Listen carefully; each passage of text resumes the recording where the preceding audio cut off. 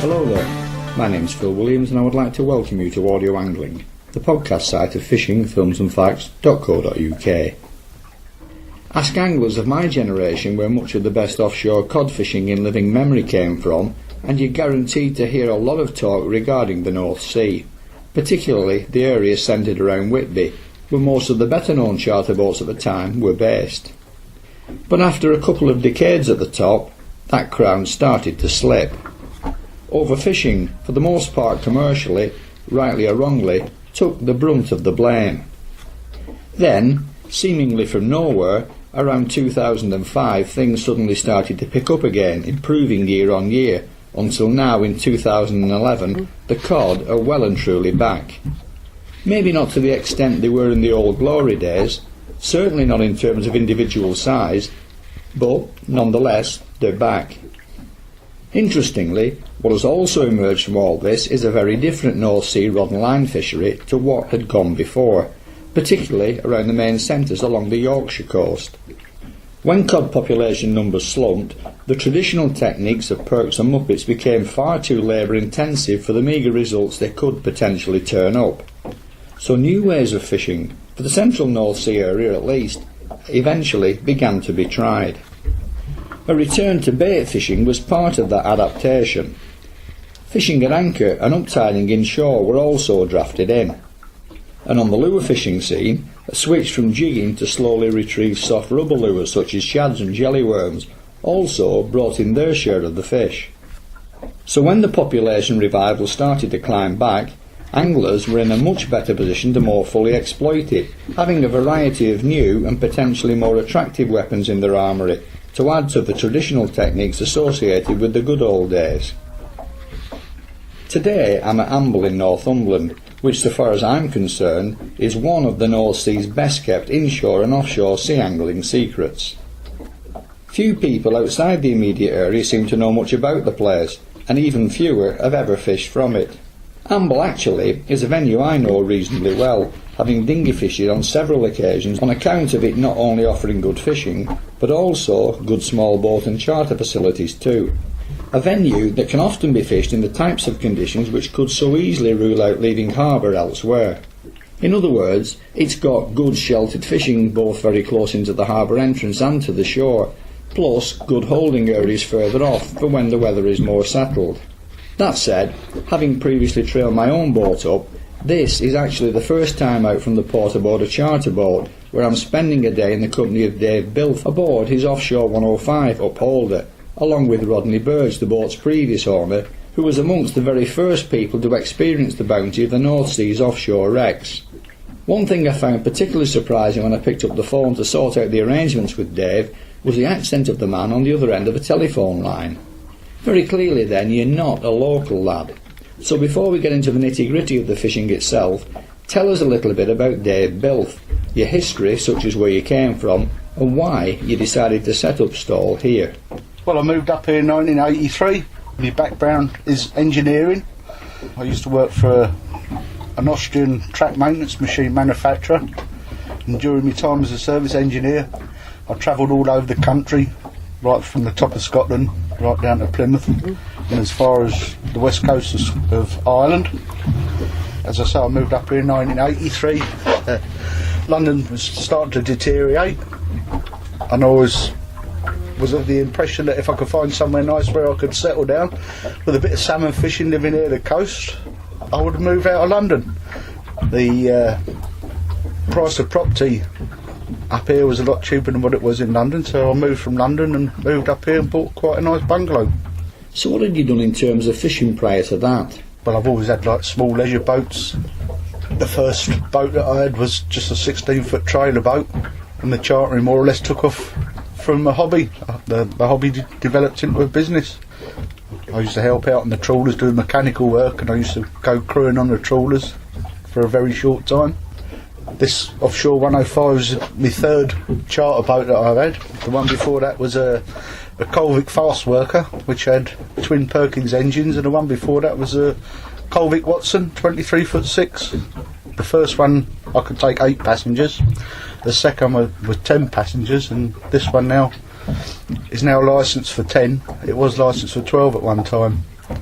I've done my Offshore Yacht Master Certificate with the RLNI. I was a member of the Amble lifeboat crew for 15 years and positioned on the crew was as navigator. I had a knee replacement in 2008 and I was retired from the crew and I was asked to stay on as Deputy Launching Authority. Now I know that Rodney is probably better placed to answer this particular question, so I'll be putting it to him a little later in the interview as well. But from your perspective, how have things off Amble changed from the early 1980s when you first started fishing here? The fishing fleet has been halved in the time that I've lived here. It was quite a productive port as far as like prawn fishing was concerned. People have had to diversify into other jobs or they've decommissioned their boats. Some people have bought potting boats. Some people have packed up altogether. And how has the fishing itself changed? Well, I think the fishing has improved over the years. The first year I moved here in 1983, it was unbelievable the amount of codlings it used to be, especially for crass are smooth. Wouldn't be at all unusual like for two people in a small boat to catch a box of fish apiece. Last year I think the average for each rod was six codlings. And this year I would say it's getting around about 10 codlings per person, which is quite respectable in this day and age. I mentioned in my introduction that some of the bigger ports to the south, and Whitby in particular, in an attempt to keep the bookings coming in, started looking at other ways of keeping anglers happy, such as fishing areas previously passed over, with techniques such as uptide fishing at anchor. From our earlier chat, it would appear that this has not been the case at Amble, though I believe that you have had a little look at bait fishing, anchoring and uptiding out of curiosity. So can you fill us in on some of the detail behind that? Well, I have anchored on the wrecks. It's very difficult. You couldn't anchor on a wreck with 10 anglers. It'd have to be a very small party. I don't think anglers would pay twice as much as what it would do for a normal charter to anchor over a wreck. Depth of water here makes the anchoring over the wrecks prohibitive. But when we did anchor over the wrecks, it fished very well. What about anchoring inshore or drift fishing with shads? We have done uptiding in the winter. Up until January, it's fished very well. We've had some very good fishing in December and January, but we don't get the weather. Normally if you get the weather, we don't get the parties, and if you've got the parties, we don't get the weather. So it's a matter of just picking up the phone the night before, do you want to go uptiding, and that's the way you have to do it. You mentioned potential problems with the weather, but speaking as a West Coast angler, over here on the East Coast you don't do too badly out of it. The predominant wind direction for the UK, particularly in the winter, is west to southwest, which at Amble is blowing off the land. So providing it's not too strong and there isn't a big residual swell, potentially you can get out, even if you are restricted in range. What then are the chances of getting some worthwhile fishing in over the more sheltered inshore marks?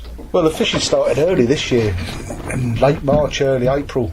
We was getting good catches of cod right from mid-April, and normally it's the back end of April that we start catching the fish. The best part of the year for inshore fishing is, I would say, the last 2 weeks in May, the first 2 weeks in June, fishing on the hard ground. All the time there's fish on the hard ground, it's hardly worth going out onto the wrecks. Give us a rundown then on the general seasonality. From when until when? It starts around about April until about October. Then when the weather closes in, that's more or less the end of the season, back end of October. Sometimes we get an Indian summer. Sometimes the weather's better in October than what it is in June. It's been like winter here the last couple of weekends. But on a west to south westerly, presumably you still have enough in the way of shelter to drop the baits down somewhere. Well, yes, there is. We can get shelter, but it's all down to the clarity of the water. If the water clouds up, it makes the fishing difficult. There has been times here from January when there was 30 odd plus trawlers here. Some of the trawlers, they didn't go to sea for 10 weeks at the beginning of the year. So if it's not suitable for a trawler to go to sea, it's not suitable for a charter boat to go. So what's the geography like of the seabed within your operating area? Give us a quick overview of what you've got access to. Well, we've got Druridge Bay, which is soft sandy bottom, and Warkworth Bay, that's soft and sandy. There's flatties up there, and as you go further north, there's like a sandstone rough ground. Cruster skiers and Creswell skiers, they're like crops of ground that they come up like 10 metres off the bottom. So it's pretty much all heavy or hard ground once you leave the harbour mouth. It is heavy ground, yeah. There used to be a place up north at Northumbrian, which is called Crasta Smooth, and that's where the majority of the fish were caught in 1983, and the fish are absolutely jam-packed solid with sand eels. It's not very often you get codlings now that are full of sand eels. Whether this has got a factor in the deterioration of the codlings or not, I don't know. Sand eels, I'm sure, are a key player in all of this, though these problems are never usually down to just one single cause. Global warming pushing species comfort bands ever further north, and of course overcropping will also have played their part. But the collapse of the sand eel population has to be a major factor, and not only for predatory fish. Bird populations such as puffins also crashed when the sand eels disappeared. And this, to some large extent then, is why you feel the North Sea cod population went into decline. Well, I think the fish stocks reduced when there was a reduction in the sand eels. The bird life was suffering at one time with the lack of sand eels, and if you take the bottom of the chain away, then everything's going to suffer. The Danes were coming over in and coming in as close as 20 miles fishing for sand eels and taking them back to Denmark. And presumably also using them for fish meal. Yeah, they're using for agricultural feed for animals, fish meal, oil. There was even stories about rendering them down and using them in the power stations. What a waste. So what, typically now, are the species and size ranges you would expect to see over the inshore rough ground marks? We don't keep nothing under 2.5 pound.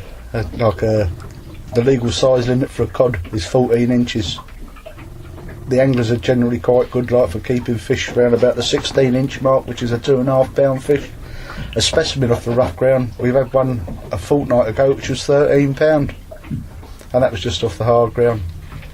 The same angler, he had a 10.5 pound cod off the wreck, a 12 pound ling off the wreck, and a 13 pound cod off the hard ground. So, and what other species might you also see inshore? It's mainly codlings, pouting. We do get pollock inshore, but it's mainly codlings, mackerel, granny fish, wrasse. Following on from that then, let's also now talk about the wrecks. At what sort of distance off do the wrecks start, and how many have you got within comfortable striking range? The first wreck is about 200 yards from the pier ends. One of the nearest wrecks is 3.6 miles off from the harbour. That was thought to be a wreck of the Hornchurch, and has recently been discovered that the Hornchurch is in Druridge Bay. So what boils down to the fact that nobody really knows what these wrecks are, and some of them are war graves and they're getting pillaged, and the point is that nobody knows exactly what these wrecks are. What's the best timing for the wrecks in terms of size of tide? Well, the smaller the tide the better really for fishing the wrecks, and then anything from late June onwards, August fishing as well. June time we seem to get majority of the fish caught are codlings, and as the season goes on, the codlings leave the areas and we tend to catch more ling. I think the cod take the baits quicker than what the ling take the baits, and when we're getting the ling there's not many cod about. And what sort of size range of fish are we talking about these days? Last year our best fish was 25 pound ling. The best cod was 16.5 pound. That was caught off the ground. I had a fishing party on last year. One bloke had a 16 pound ling, and he was over the moon, and he thought he was going to win the sweep on the day. And about a quarter of an hour later, another bloke pulled one in there, and I think it was 21 pound. So he ended up the bridesmaid. Give us an insight into the types of depths these wrecks are typically found at. Between 45 and 60 metres.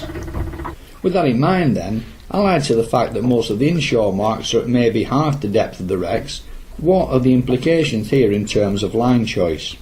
Is it braid or should it be nylon? Or perhaps it doesn't really matter either way? Well, if you use braid you can cut the tide better. If you use nylon, there's a bit more drag on it. If you use nylon and you're fishing on a charter boat, it's a lot easier for the skipper to untangle all the ravels. Obviously you're going to get people catching up with one another. If you use really fine firewire or the other braided stuff, it's very difficult for anybody to see. It's that thin. So your overall recommendations would be? A bit of each, actually. A reel of each. Yeah, a reel of each. Taking a slightly different tack now, in your time since 1983, what have been your observations on the extent to which marine electronics have evolved and played their part in your line of work? What effect has this had on your fishing, and by aiding the commercial fleet, perhaps on over-exploitation by them? Well, at one time, a private individual couldn't buy an electronic navigator. You had to hire them. You had to hire them off a decker, and it was only the commercial fishermen that could. It was worth their while getting an electronic navigator. Phillips took Decker to court, and they won their case, right? And as a result, the first navigator came out, and it was called the Phillips Yacht Navigator. The electronics around about the 85 time, there was a lot harder to use than the modern day electronics. Anybody can buy a GPS now with all the wrecks already in a memory stick. So anybody can buy a GPS with a memory stick, and the wrecks are already marked on there. So where there was a little bit of skill involved in marking the wrecks and finding the wrecks years ago, all the hard work's been taken out by the electronics gear. And by implication, that then has had a detrimental effect on fish stocks. It has, because the wrecks are fished a lot more than what they used to. You know, years ago it was like an adventure going outside the 3 mile mark. Now it's an everyday occurrence, and people are out there every day, and some of the wrecks are getting fished 3 or 4 times on the same day. The only rest that they get is when there's bad weather. Do you find then that the wrecks still outfish the ground, or do they both have the day? They both have the day. It all depends on the type of parties that you get. Some people like wreck fishing, and some people like ground fishing. If you want a nice relaxing day, you go ground fishing. Like, for instance, today we had 76 fish off the wrecks. Yesterday we had 91 fish off the ground. The fish off the ground were a lot fresher, they was a lot cleaner. And the fish that we've had off the wrecks today, some of them were right ugly specimens.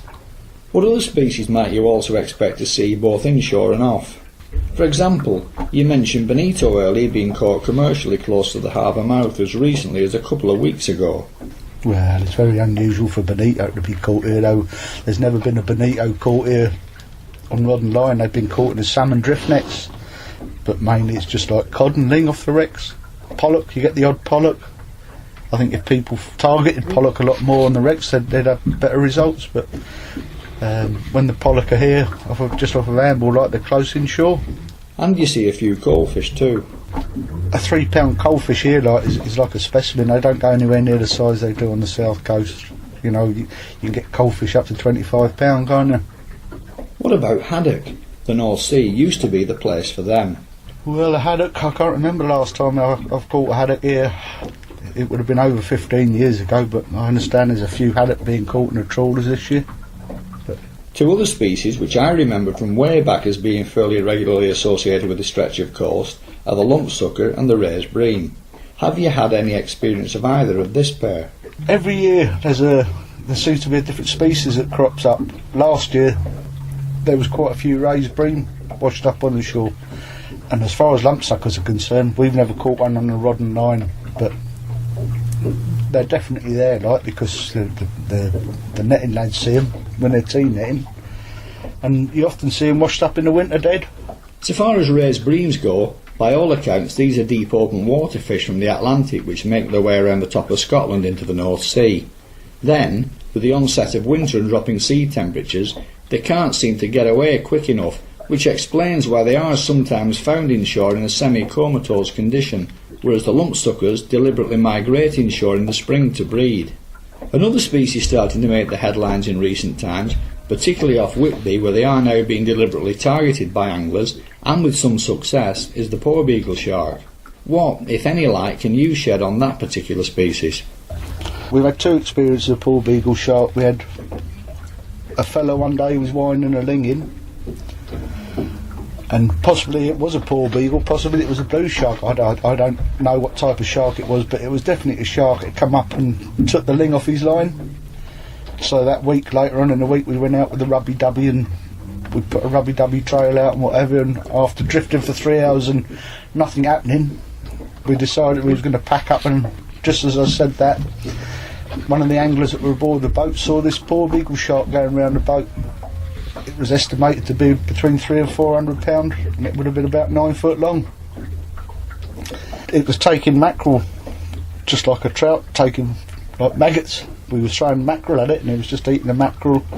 And it took me my line. I didn't want to go too deep with it. I struck on it, but I didn't connect with it. So the there then perhaps was the potential for the future. Yeah. Sometimes the drift netters get a shark in their net.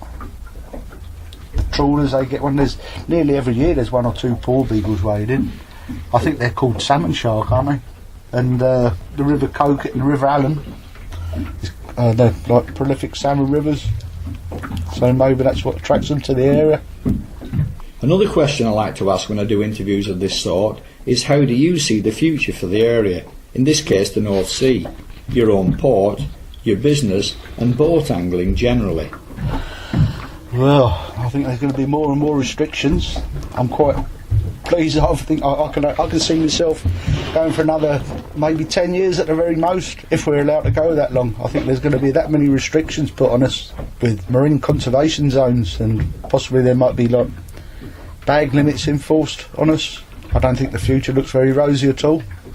That said, looking at America's experience, where following a virtual collapse of inshore angling stocks at a number of key locations, harsh restrictions of the type you mentioned, plus licence fees, which in their case are actually used to enforce and improve, if done properly, would perhaps be no bad thing, looking at the quality of the rod and line fishing they have now. I think American laws, there's some common sense in the American laws, and I don't think laws in this country are made on common sense. I think there's no laws that help the normal sort of working bloke. To put a slightly different, more historical slant on things now, I'd like to bring in Upholder's previous owner and ex-lifeboat coxswain Rodney Burge to give us a flavour of the rich fishing history of the area. I've lived in Amble all my life, as you can tell by the accent anyway, but I left home at 15 to join the Royal Navy. I went to a place called HMS Ganges, with a famous old shore establishment, and I come out 9 years later. I bought myself out the Navy because I wanted to go and fishing. And if I wanted to go into fishing, I wanted my own boat, obviously, you know. So as soon as I come out the Navy, well, I was ashore for a month or two, and then I got a berth up at Eyemouth, hard-ground trolling, bobbins on the bobbins and whatnot, and seine netting. And then I got a berth down at Amble. But in the meantime, I had joined the lifeboat crew at Amble in '69 when I come out the Navy, and I rose through the ranks on, well, going through the history of the lifeboat anyway, my life in the lifeboat, and now I've been in 42 and a half years with the lifeboats. And as I say, I started as a crewman, and in 1986, I think it was, I was elected second coxswain of the lifeboat. And in 1992, on the retirement of the principal coxswain, I took over his job until 1999, when I was 55 and I had to retire. I've still kept an operational presence with the Amble lifeboat, and at present I'm lifeboat operations manager for the Amble station. As I say, the fishing, that's another, everything is just run parallel, you know, with the lifeboat. Your whole life, it's like two separate legs running in parallel. And as I say, I was at the fishing all the time, and mainly at the seine net, which is a specialised sort of fishing. And we used to get big bags of fish and whatnot those days. You could stir the buggers with a stick. And then in the mid-70s, I had saved enough money to buy my own boat. I was in partnership at first with the Coast Guard, and in 80, I think it was 1980, I bought his share of him. We had a slight disagreement, just about punching each other's head in actually, and I bought his share of him. And I had that boat until the end of 1996, when I got her decommissioned, and then I bought a boat what you're standing on now, the Upholder. She was called the Amadeus those days. I bought her from Weymouth, from a fisherman down at Weymouth, and I had her for about 2 or 3 years, and then I sold her on, and in the meantime I bought a cobble to get into the lobster pots with. I'd beat the lobster pots on the Upholder, but she was very expensive to run, and I wanted a cheaper boat, so I bought a cobble. And then after about 4 or 5 years, the doctor advised me, because just pulling myself to pieces, to go on ashore. So I went ashore but I'm still continuing with the lifeboat. That's my life up to now. So how far it's going to go on in the future, I've got no idea. Tell us a bit about what the quality of the fishing was like around here back in those early days. I can remember rod and line fishing the main Yorkshire ports back in the 70s, 80s and possibly on into the 90s, just as they started to slip into decline. Prior to the past 15 years it was quite literally out of this world. But I know from an article of yours which I've recently read that what we experienced pales into insignificance compared to your earliest recollections. When I first got my boat, the trawler, the Nobles, we went principally trawling for prawns and whitefish, and that was in the 70s. And the fish were so bloody thick those days, you could stir them with a stick just about. And fishing was good. The only trouble was that it was too good because we had smaller meshes those days. And if you had the regulation size now, if you had it in the 70s, there would have still been a lot of fish. I've seen us get up to 6 ton in one haul of dogfish. 6 ton on my little trawler, and I've seen us get 5 ton of cod in one haul. Just it was as thick as that. Well, that was through the week. We obviously used to work weekends as well at trawling, but we tried fishing on the wrecks one day for a bit of fun. Just drifting on the wrecks with the feathers and the ripper way, or the motor we used to call them here. Jiggers, is that the right name? Jiggers. And we just about filled the boat with cod and ling and lithe, which are huge pollock. And that was just the crew of the boat. So we started taking fishing trips out at the weekends. And that just snowballed. And I've seen us get 10 people on the boat, and I've seen us come in with 60 boxes, which is 6,000 pound of fish. 6,000 pound of fish gutted between 10 men, and that was those days, like. So that was it. But since then, I don't know why, but there's been a decline in the. Well, I don't know why they've all been caught. Well, in the 70s, on the wrecks, it was out for 3 of us to go out on the boat. Myself and my 2 crew, and instead of going trawling, we used to catch more fish. Big fish, up to 40 odd pound weight, with the 3 feathers on, and it was not unusual. People didn't believe you now for the 3 of us to have 3 fish on each in 50 fathom of water, and each man was hauling up nearly 100 weight of fish at a time from 50 fathom, and people do not believe you now, but that was fact. And we used to take the fishing parties out, the charter parties. We used to get them from all over the place, Yorkshire, Lancashire, all over the place, and we didn't even advertise. Just snowballed, and that went on for quite a few years. And then other people started taking notice of what we were catching, and that spoiled it, because then they started putting the gill nets on the wrecks, and that was the death nail for them up here. So, well, as I say, that was my trawler. I got rid of the trawler and I continued on the Upholder, taking fishing trips out, and we were quite successful then. But we had getting the cream off the wrecks by then. It was unbelievable the fishing we used to have, and I've seen us, as I said before, got 6,000 pound of fish gutted between 10 people, 10 men on the boat. And how far back in time was that? Late 70s, late 70s, early 80s. It was brilliant fishing. In fact, there was one time this party had about 50 boxes with me, which is about 5,000 pound of fish. What's that, about 2 ton, 2.5 ton nearly? And the next time they come out, they were with young Paul. Paul had took them out. He was the youngest of my crew, and they only had 35 boxes, and they were complaining. Like 3,500 pound of fish, and they were complaining. So you getting that new, and that was it. And Davy's taken on. Davy goes full time on this boat, the Upholder, fishing trips, and he does quite well in the summer, but it's not nowhere near what it used to be like. What a lot of people won't appreciate is the simplicity and to some extent inaccuracy of the electronics back then. There was no GPS, yet the catches were absolutely breathtaking. So tell us a little bit about the early instruments at your disposal. Well, nowadays you could put a monkey in the wheelhouse and he'll be able to find the wrecks. Now, those days we had the Mark 12 Decker, which was notoriously inaccurate, and used to find the wreck sometimes first pinpointed straight over, And the next time, when you drifted off it, sometimes took you half an hour to find it again because the needles used to vary, with the pulse width or the signal and whatnot. It wasn't so bad when you were maybe 5 or 6 mile off the shore, off the land. You could get your landmarks. We got quite, take notice of the landmarks and used to run in on that and used to pick the wrecks up first time. But nowadays, well, as I say, we had the Mark 12 deck, I think we got the Mark 21, which was more reliable. And then, when did I get the GPS?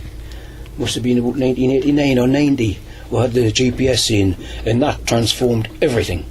Once you got it on the GPS, that was brilliant, and this is what they've all got now. And as I say, that's a channel. Nowadays, every man and his dog has GPS, and as long as they've got the readings, which are readily available anywhere you want to get them, you can find the wrecks. Although a lot of the time they get on the wrecks, and it'll be just as well have gone on the hard bottom and getting a few fish, because the fish they're getting from the wrecks now aren't, they don't seem to be much bigger than what they're getting on the rough ground. What was the quality of the rod and line fishing over the rough ground like back then? It was good. It was good. I've seen us going out on what we call the Craster skiers, and which are 5 mile off the land at Craster. And from the skiers right in out of the land, it's all hard bottom, rock. And fish, you can get them all over the place. It was amazing, the codlins, and they were good codlins. Up to maybe 10 and 12 pound weight, which is a good fish, Then, unfortunately, things started to slide into the population crash during the 1990s, which I mentioned earlier. It took a dive, it seems to have recovered a bit this last couple of years, so hopefully that is on the rise. There's not so many boats fishing now, because in the summer at the trawling, or the trial I should say in Amble, at the trial we used to walk what they call the local grounds across the smooth in the middle bank and the Seahorses bank and places like this. And I've seen us get 80 or 90 boxes in 20 minutes towing. Well, these boats, you're not allowed to catch those now. You're not allowed to catch that fish now. So if they are there, at least they're surviving, to spawn for another day. So hopefully things are on the increase, Clearly, commercial fishing has had its part to play in these population problems, but are there any other underlying reasons you can identify which may also have played the part? Obviously, commercial fishing. As a commercial fisherman myself for many, many years, we always blame everybody else. Each boat, as it stands alone, will not cause the decline, but collectively, the catching power was phenomenal. And that must have had a major effect on the fishing stocks. But I didn't put that as 100% of the problem. I blame pollution. There's grounds out there now, what we call the half-hour ground, just back of the Crooked Island. In the winter we used to get loads of haddock there on the hard ground trail, and there's just not a haddock to be seen now. And there's been nobody fishing for them. So what's kept them away, I've no idea. I could only put it due to pollution. When the cod made the most recent comeback, it seemed to happen all of a sudden. From nowhere, there not only seemed to be big numbers of fish about, but also good fish amongst them too. These fish had to have grown in numbers and size somewhere, not only away from traditional rod and line areas, but also away from commercial attention too. How then did these fish grow on in peace then slip back in under the radar? And more importantly, where do you think they came from? It's the decline of the fishing fleet. I mean, the fishing fleet here is half what it used to be in Amble. Shields has just a fraction of them. Even Eyemouth. Seahorses hasn't got a trawler in the port now. I think there's one, is there now? And, they used to be 15 or 20. And this must have had an effect in the last 15 or 20 years. I mentioned to Dave earlier that during the North Sea slump, some of the Yorkshire ports in particular started looking at other ways of keeping the anglers coming by exploring areas and trialling techniques which they previously hadn't needed to do. But not, apparently, at Amble. From that point of view, here it remained pretty much business as usual. What's your take on that? Just carry on doing what they always did. Davy tried anchoring up for a while, didn't you, Davy? But he didn't have a great lot of success with that.